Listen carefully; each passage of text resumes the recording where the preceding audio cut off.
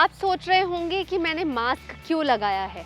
तो आपको बता देती हूँ कि मास्क लगाने की वजह है क्योंकि मैं दिल्ली में रहती हूँ और मेरा ऑफिस जो है वो नोएडा में है। यानी कि आज के समय में जो दिल्ली एनसीआर की हवा है वो बहुत ज़्यादा प्रदूषित हो गई है।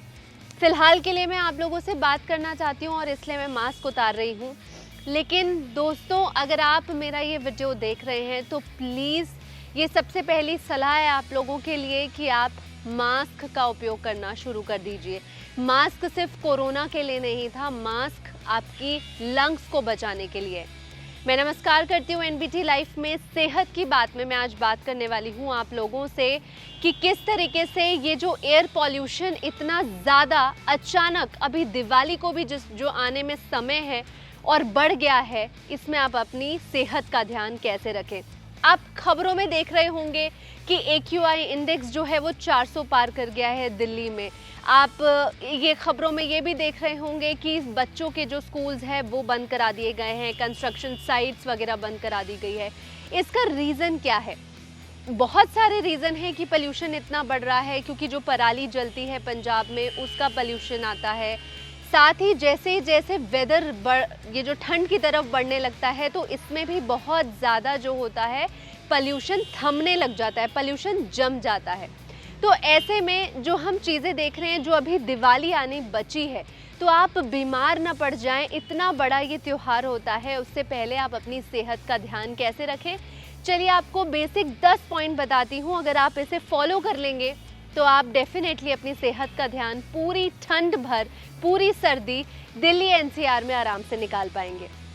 तो सबसे पहले आपको ध्यान रखना है कि आप खराब हवा वाले दिनों में जो बाहर की गतिविधियां हैं आपकी, यानी कि आउटडोर एक्टिविटीज़ है, उसे सीमित कर दें। जैसे कि आप अगर बहुत ज़्यादा बाहर वॉक करते हैं तो आप ना करें, क्योंकि मास्क लगाकर वॉक करने में आपको ऑक्सीजन नहीं मिलेगा बहुत ज़्यादा, और हम बाहर वॉक करते हैं ऑक्सीजन के लिए।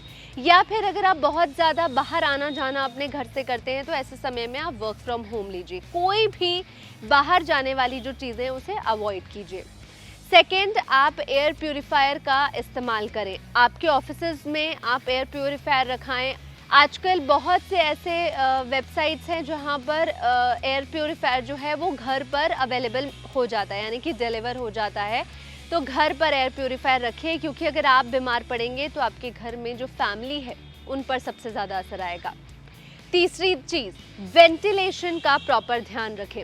अपने घर में आप उचित वेंटिलेशन रखना आपको बहुत ज़्यादा ज़रूरी है। रसोई हो आपकी या फिर बाथरूम हो, उसमें जो एग्जॉस्ट पंखे हैं उनका आप उपयोग करें। और जब आप बाहरी हवा की जो आप देख सकते हैं कि उसकी जो क्वालिटी है वो घर की अंदर की तुलना में बेहतर है, तो ही आप खिड़कियां खोलें। इसके अतिरिक्त आप घर के अंदर सबसे ज़्यादा धूम्रपान करने से बचें। चौथा ज़रूरी पॉइंट, आप जो भी ट्रैफिक जहाँ पर बहुत भीड़ भाड़ होती है उन क्षेत्रों में जाने से बचें। आप पब्लिक ट्रांसपोर्ट्स का यूज़ कर सकते हैं, लेकिन आप ऐसे क्षेत्रों में जाने से बचें जहाँ पर बहुत ज़्यादा जो है भीड़ भाड़ वाली जगह होती है, जहाँ पे क्लॉस्ट्रोफोबिक आपको फील हो। पांचवा, बहुत ज़रूरी, मास्क पहने प्लीज़।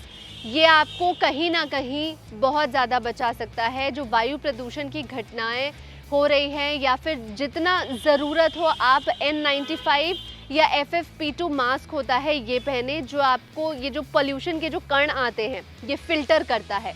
ये मास्क हानिकारक जो भी प्रदूषण के कण होते हैं उनके संपर्क में आने से आपको बचाता है। 6 पॉइंट बहुत ज़रूरी, इंडोर जो हवा है आपकी शुद्ध करने वाले आपको पौधे लगाएं। उसके लिए कुछ घरेलू पौधे जैसे snake plant, spider plant, peace lily, ये ऐसे प्लांट्स हैं जो बहुत अच्छे होते हैं आपके घर के अंदर की जो हवा है उसे फ्रेश रखने के लिए। तो इस वक्त इंडोर प्लांट्स का इस्तेमाल ज़रूर करें, आपकी घर की हवा को सुधारने में मददगार होगा। 7th और ज़रूरी पॉइंट, अपना व्हीकल एमिशंस जो है, यानी कि गाड़ी चलाने की, अगर आप रोज़ गाड़ी चलाकर जाते हैं तो वो थोड़े दिन के लिए रिड्यूस कर दीजिए। तो आप अगर बार बार अपनी गाड़ी नहीं निकालेंगे तो ऐसे में कहीं ना कहीं आप पोल्यूशन कम करने में मददगार होंगे।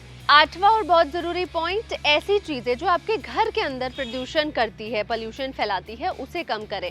जैसे कि आप इसमें एरोसोल स्प्रे या कोई भी सुगंधित आपकी मोमबत्ती है, या फिर आप ऐसे फिनाइल्स वगैरह यूज़ करते हैं जिससे आप सफाई करते हैं, तो ऐसे चीज़ों को अभी थोड़ा सा दूर रखें। ऐसी कोई भी चीज़ जो आपकी नोज़, गला, आँख, इन सब में जलन दे, उनसे दूर रहें। बहुत ज़रूरी 9वां पॉइंट, हाइड्रेटेड रहें। बहुत ज़रूरी है कि हर थोड़ी थोड़ी देर में सिप पानी का आप लेते रहें। नींबू पानी इस वक्त आप ले सकते हैं, जो आपकी एक तो आपको ऑक्सीजन देगा ही, साथ ही में आपकी जो बॉडी है अंदर से वो क्लेंस भी करेगा। बहुत ज़रूरी नेक्स्ट पॉइंट, नियमित रूप से आप स्टीम बेदिंग करें। जी हाँ, मैं आपको एक बहुत अच्छा तरीका बताती हूँ। स्टीम बेदिंग तो आप कर ही सकते हैं वॉशरूम में, लेकिन आप दूसरी चीज़ ये कर सकते हैं, अगर आपके घर में स्टीमर है, जो आप जनरली नाक अगर आपकी बंद हो जाती है या गले के लिए आप लेते हैं, तो उसको उसमें ज़रा सी आप कपूर है उस पानी में डाल करके और घर में ऑन करके उस कमरे में छोड़ दीजिए। वो आपके रूम को नेबुलाइज करने का काम करेगा। ये बहुत इफ़ेक्टिव मेथड है, ये यूज़ करके देखिए।